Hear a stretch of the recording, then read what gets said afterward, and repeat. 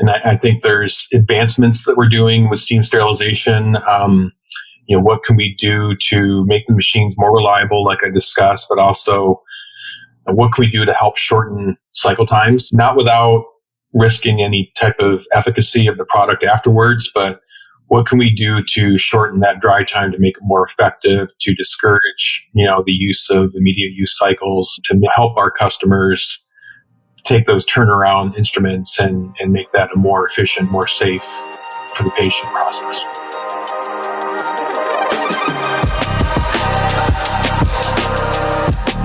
Rising above the buzz of ultrasonic cleaners and the clanking of stainless steel are the ideas and voices that are changing an industry. You're listening to the Beyond Clean podcast, the central nexus for the people, processes, and products that are improving our sterile processing world. Each week, we speak with frontline technicians, CEOs, engineers, and entrepreneurs with a common goal: to help you fight dirty, every instrument, every time. Whether you're tuning in for education or inspiration, we're glad you did. Now turn on those washers and turn up the volume. It's time to go beyond clean.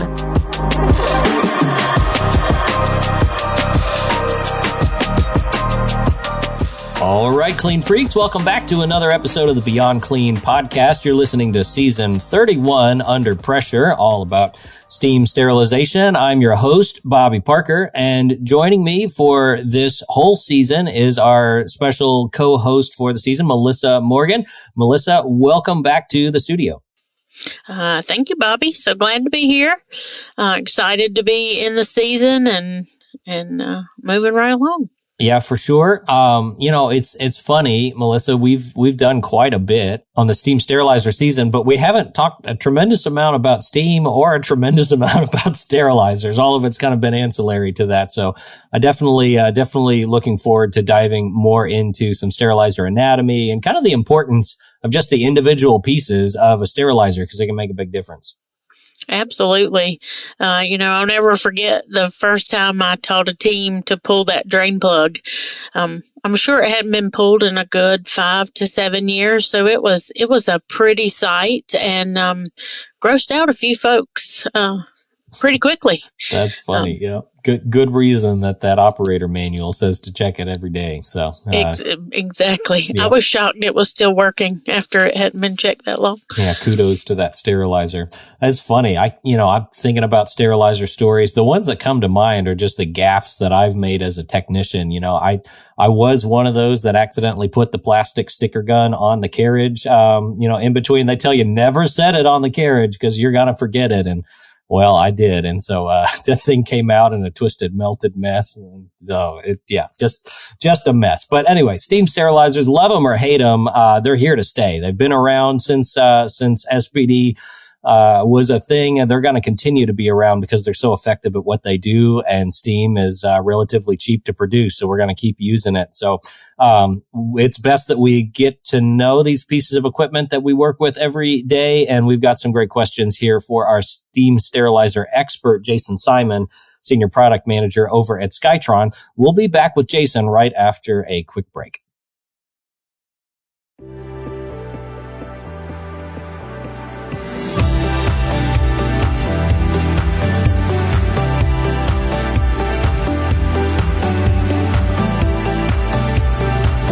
From the studios of Healthcare HQ, you're listening to Beyond Clean, the global voice of sterile processing.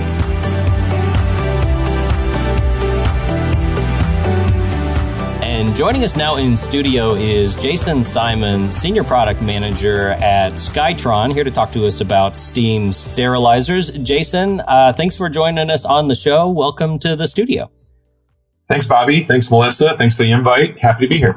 Yeah, absolutely. We're excited to have you on the season. It's been a good season so far, talking through steam sterilization. But as Melissa and I were chatting about it, we really haven't done a whole lot of steam or a whole lot of sterilizer in the steam sterilizer season yet. So I'm looking forward to diving into that. But before we do, Jason, I'd love to give the audience an opportunity to get to know you. You want to give us a quick thumbnail of what you've been doing in the industry?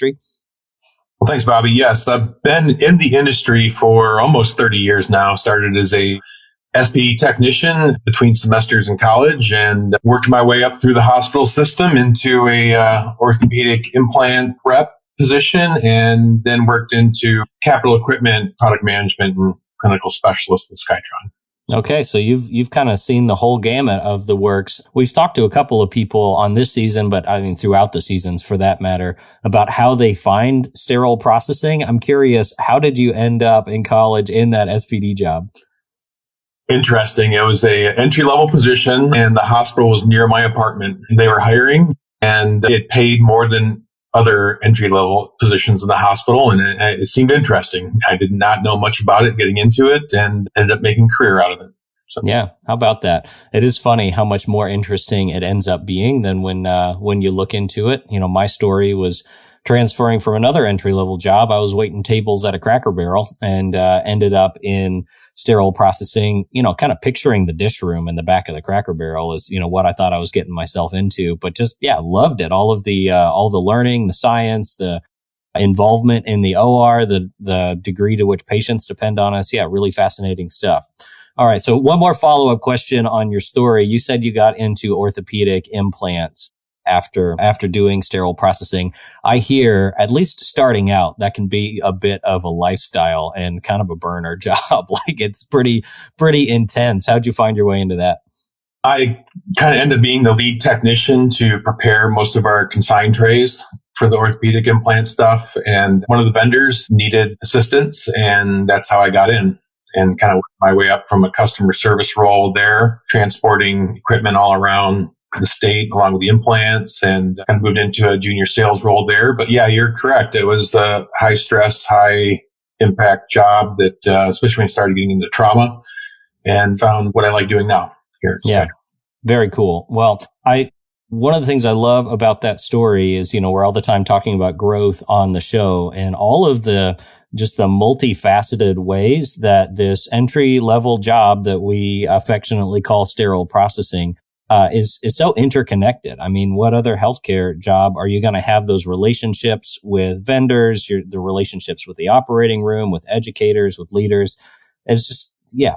If you're in the right spot at the right time, there's just a tremendous number of ways to grow in the industry, even if it's within the vertical in the industry. You know, we've talked to HSPA presidents on the show before. So anyway, that's the growth plug for today.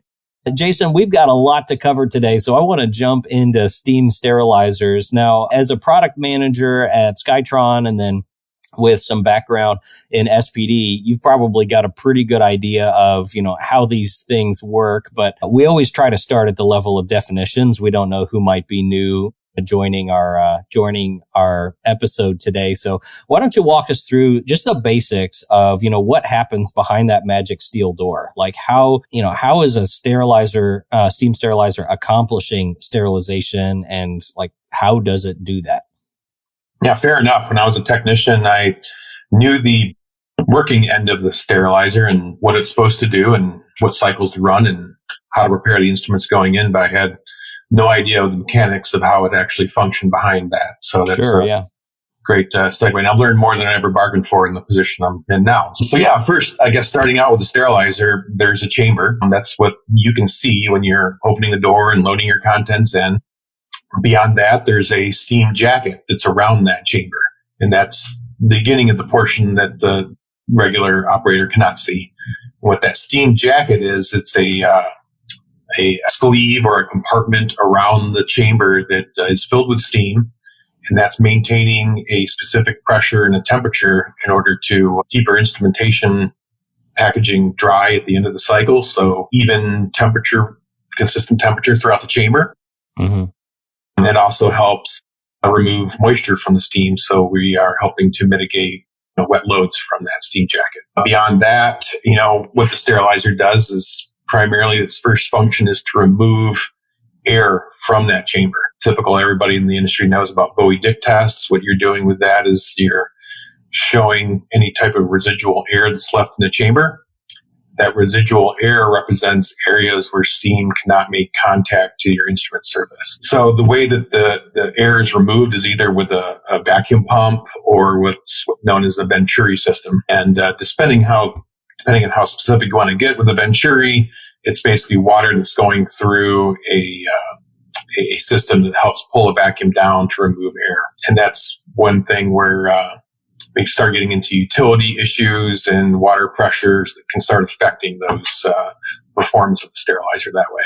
I had to learn that the hard way, Jason. We had a water outage in our department, and we're like, okay, well, we can't use the washers, but at least we'll still have our sterilizers because that's getting supplied by a house steam. Nope, they all started alarming for that very reason. They couldn't run the vacuum pump to pull the vacuum for our pre-vac cycles. So yeah, who knows? Who knew that utility piece would be important? Same thing was true of compressed air. There were some pneumatics in our sterilizer. And so sterilizer wouldn't run when the compressed air went down, several floors above us. We had this giant compressor that fed our department and a couple others. And if it ever had an issue, all the sterilizers quit working. So yeah, it's really important to know that. Yeah, quite often it's an investigatory process on how to learn what's not functioning correctly on a sterilizer. Sometimes it can be seasonal. Sometimes it can be, specific on what else is going on in the building. Just to tell a quick story, we had an issue that one of my colleagues told me about years ago where we had wet loads that were happening at a specific time in the morning. And of course, they wanted to send their technicians in, not during peak hours to diagnose what was wrong with the unit. Couldn't find anything, replaced a few parts, just precautionary. Same problem would happen. Sales rep ended up going out to the facility the next day, that same time of the morning, found that all the water sprinklers in the parking lot were watering all the bushes and the grass and everything. What had happened was that the building's water pressure was being focused more on the lawn care at the hospital and was pulling water pressure away from the SPD. So that's why they were getting wet loads at that certain time in the morning, but nowhere else in the rest of the day. So it is complex, the connections with the various utilities. Yeah, it's never the most obvious answer, is it, Melissa? Like that. No, you have to really walk the walk. I mean, based on that, you can't assume that a malfunction or an alarm is just as basic as the alarm you anticipate, right? And so it really, I guess that's the importance of a multidisciplinary approach to what's going on in SPD. Is that what you would say, Jason? Yeah, definitely. And, why the water was so critical to this functionality is that's what's used to pull the vacuum inside the chamber, which is critical to removing all that residual air. And so part of what the sterilizer is doing at that point, once it is effectively removing the air, then it's pressurizing with steam. So you basically have atmospheric pressure, and then you're doing what's called a pulse, where you're pulling a vacuum, then repressurizing with steam. And typical AAMI recommended parameters for cycles would have you do 4 of those pulses. And that's all in an effort to make sure that you have removed all that residual air from the chamber. And then once that chamber preparation process has completed, then you actually get into your exposure time and your temperature. And then the rest of the cycle is pretty much your vacuum system trying to pull all that moisture and steam back out of the chamber, back out of all the packaging to make sure you're getting dry, no droplets, no moisture issues with your load contents afterwards. Yeah. So some homework for the audience. If you've got an extended printout on your sterilizer, you can see that activity happening in the conditioning phase. It'll pull a big vacuum and then a pressure spike and then a vacuum and a pressure spike and probably 4 times over. And then it'll just have that high pressure steam for the exposure phase. That is if you're running a pre-vac cycle. Jason, coming from a manufacturer's perspective, working with facilities, I can imagine the first finger that gets pointed whenever we're having these persistent wet pack issues related to the sprinklers outside is these darn sterilizers just don't work right. Like we need a different piece of equipment in here. So yeah, I think it's helpful to think through, like sometimes it's not just about like the name brand on the piece of equipment that you're working with, but like, are we meeting all of the utility requirements, the processing steps that are best practice to get a sterile and dry package out of this piece of equipment? Because I mean, in some senses, steam sterilizer is a steam sterilizer. And so we got to do the right thing by them. One more thing before we move on, I wanted to ask you about. So, and you know, this isn't a chemistry show, so we don't have to get too crazy with it. But why is it that putting, you know, in the absence of air, just high pressure steam in a chamber with instruments, why does that give us sterile instruments? Like what's going on those instruments with the steam? Yeah, great question. It's basically your high temperature steam is making contact with any microorganisms that are on the instrumentation itself. And then you're denaturing the cell of those organisms so they cannot, continue to grow and produce. So there may still be organisms there, but you've rendered them ineffective where they cannot grow anymore. I've always thought that was kind of interesting, like the idea of, you know, dead microorganisms still potentially on the instrument. You know, it may be related to that. You know, Amy ST108 came out, I guess it was last year. And there's all this talk about endotoxins of, you know, little bits and pieces of bacteria that are dead. You know, they're broken up, but they're still in the water and can cause a problem for patients. When I was thinking about endotoxins in water, it brought up this question for instruments for me. If we have an instrument that's got, you know, microorganisms on it and the steam sterilizer isn't removing those, but just killing them, why don't we have more endotoxin-like issues with surgical instruments that are sterilized with steam? That is a good question. Some of it is tracking, like how many of the patient infections that we do are really traced back to the sterilized instruments. I think steam is still the most effective and most efficient way to sterilize instrumentation. I've been involved with other low temperature sterilization systems in the past, but as a manufacturer's representative, I am a big fan of ST108. Now that we can get more consistent utility, water qualities to our equipment, we can expect higher performance and more reliability from that equipment as well. And one of my mentors early in my career was, always said you can't sterilize dirt. So the instruments do need to be effectively cleaned before they go into the sterilizer. So endotoxins would definitely, fall into that category. And I think just from an infection prevention perspective, Bobby, we're really learning and understanding the implications of endotoxins. And, when we talk about infection prevention in general, we really connect that this is not a one-stop shop, right? We do a lot of things in surgery to prevent infections, including steam sterilization, right? Or irrigation post wound closure, or pre-dosing antibiotics. And so I think all of those things are combinations to help that. But to Jason's point, getting rid of as much bioburden as possible, eliminating it, is the first step in all of it.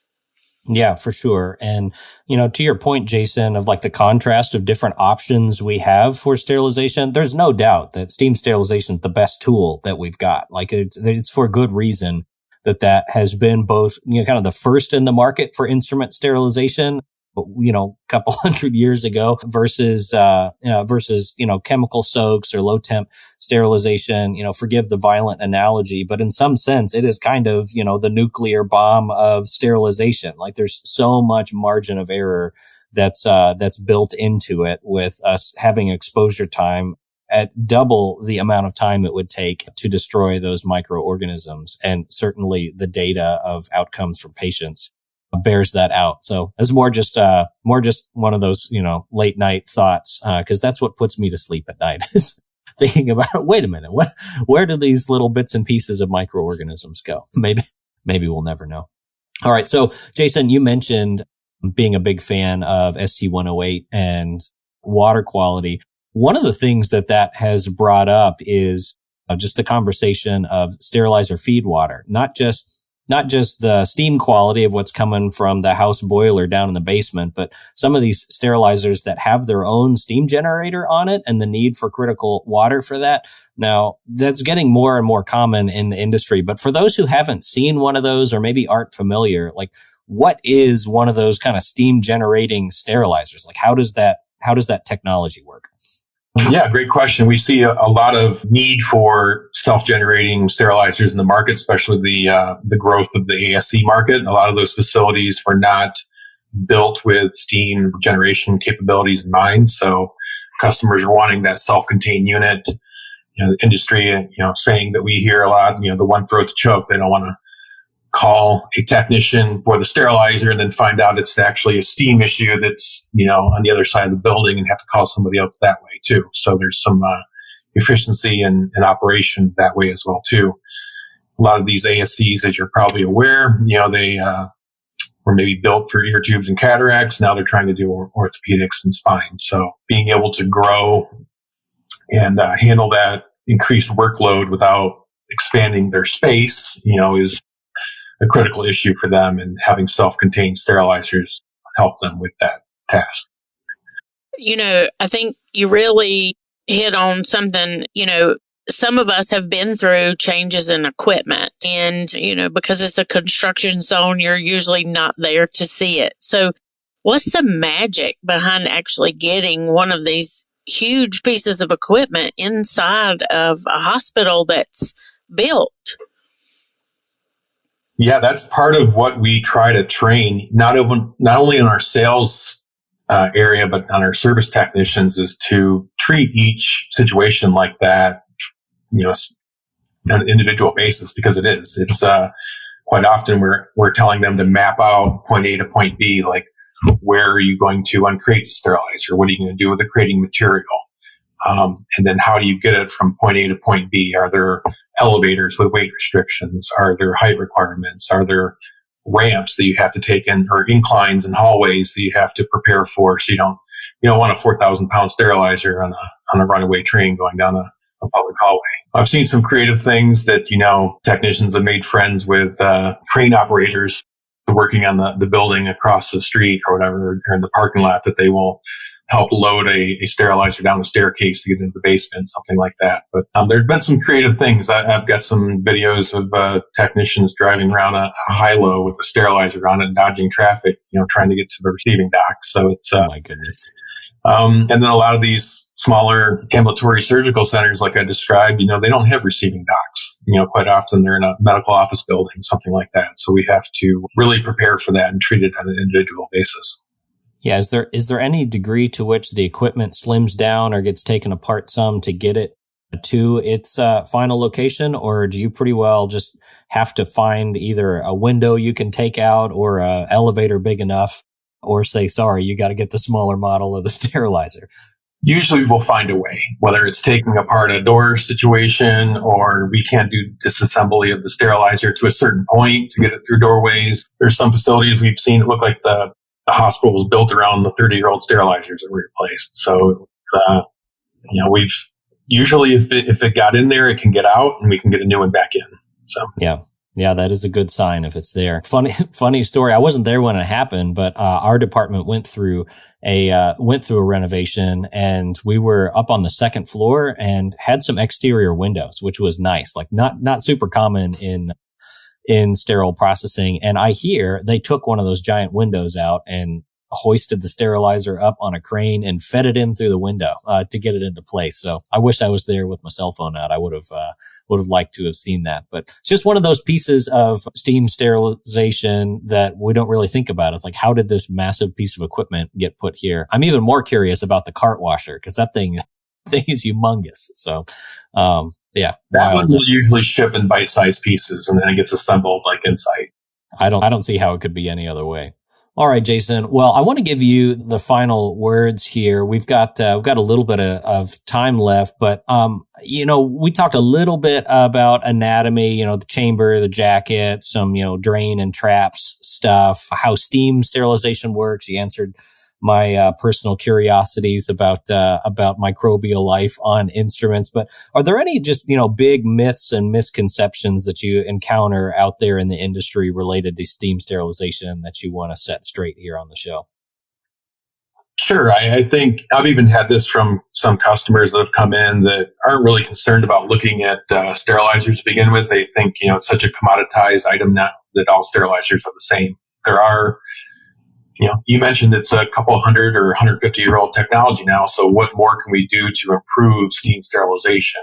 And a lot of that is coming from, more systems that can be put in to make the system more reliable, whether it's water recirculation systems that help mitigate the water pressure issues we talked about previously by building your own water supply to make that more consistent, quality of the materials. There's a difference in how the sterilizers are built, with full steam jacket versus partial or segmented steam jackets that can not do as great a job as mitigating temperature variation or wet loads. I think the myth that all sterilizers are created equal, that's probably the biggest maybe misconception. And I think there's advancements that we're doing with steam sterilization. What can we do to make the machines more reliable, like I discussed, but also what can we do to help shorten cycle times, not without risking any type of efficacy of the product afterwards, but what can we do to shorten that dry time to make it more effective, to discourage, the use of immediate use cycles, to help our customers take those turnaround instruments and make that a more efficient, more safe for the patient process. Jason, you hit on an important point for me, is that constant evolution at looking at how we could create efficiencies in our work processes.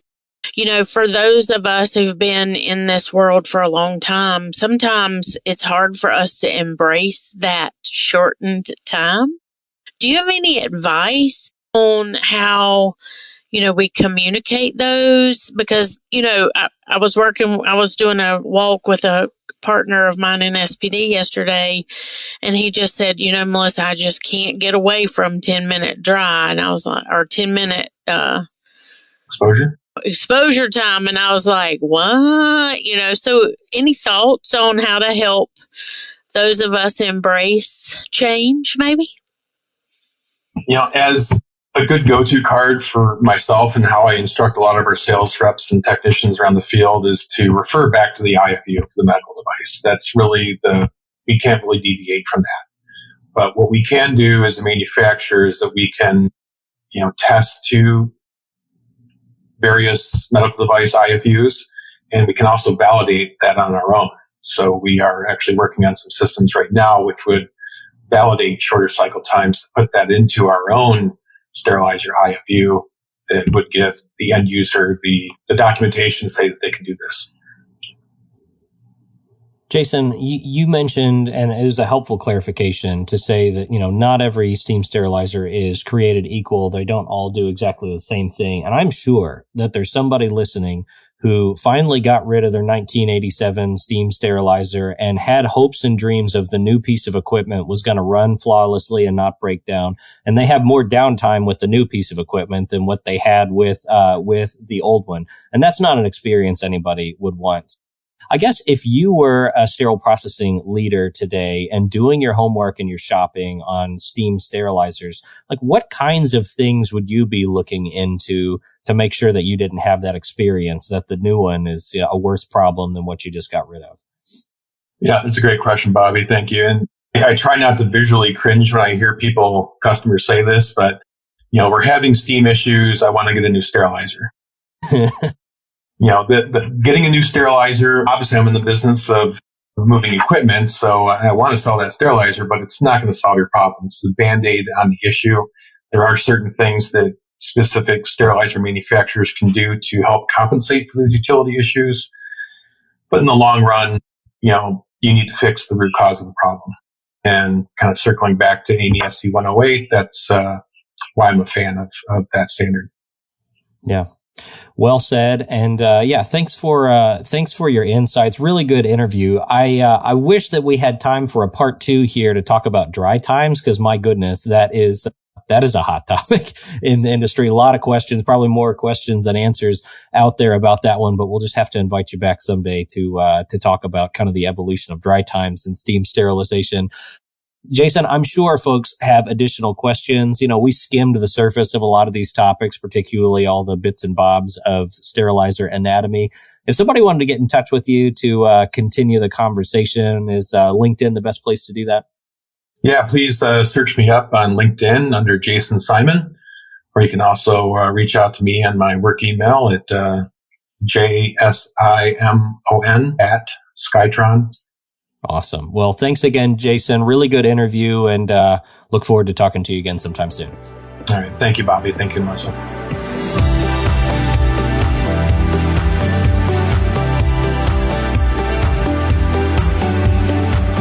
And that was Jason Simon, Senior Product Manager at Skytron, talking to us about a little bit of sterilizer anatomy. You know, this is one of those topics that is probably best learned via diagram or hands-on experience. But there's only so much, as he mentioned in the interview, that you can figure out as that frontline technician. You know, we're trained on, you know, how to load the carriage and get it into the chamber, and then we close the door and we hit the button.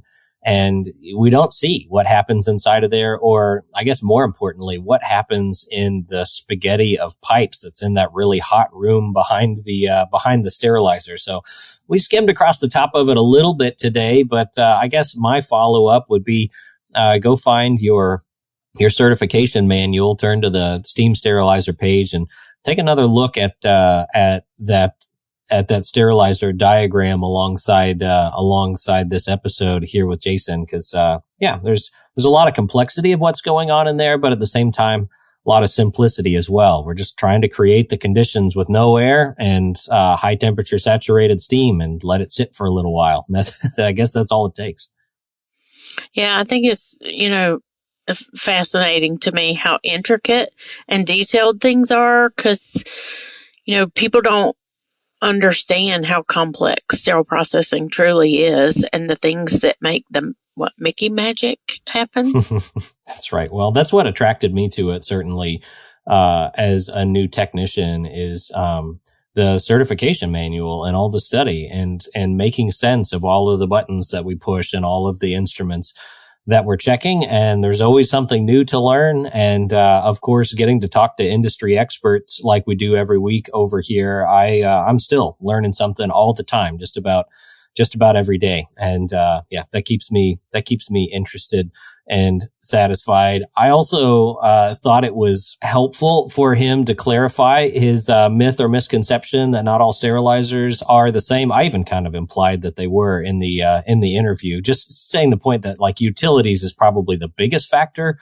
but there probably is some in shopping for sterilizers. I don't know what your experience, Melissa, has been, but yeah, definitely not something that you want to do to buy that piece of equipment blindly and then end up having some challenges. So definitely worth a conversation.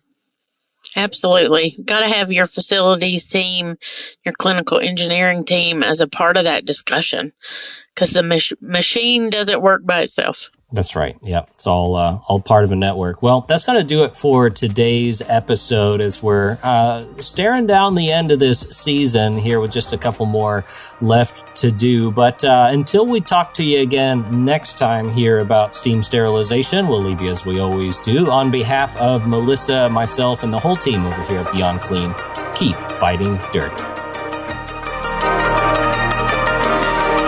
Thank you for listening to this week's episode of Beyond Clean. As a reminder, you can help support us by subscribing to Beyond Clean on your favorite podcast app, or by downloading the smartphone app on iPhone or Android. Simply search for Beyond Clean in the App Store or Google Play. The best thing about downloading the smartphone app is that you can access bonus content for certain episodes and view episodes in certain categories, like articles on the go and vendor spotlights. Are you following us on LinkedIn or Facebook yet?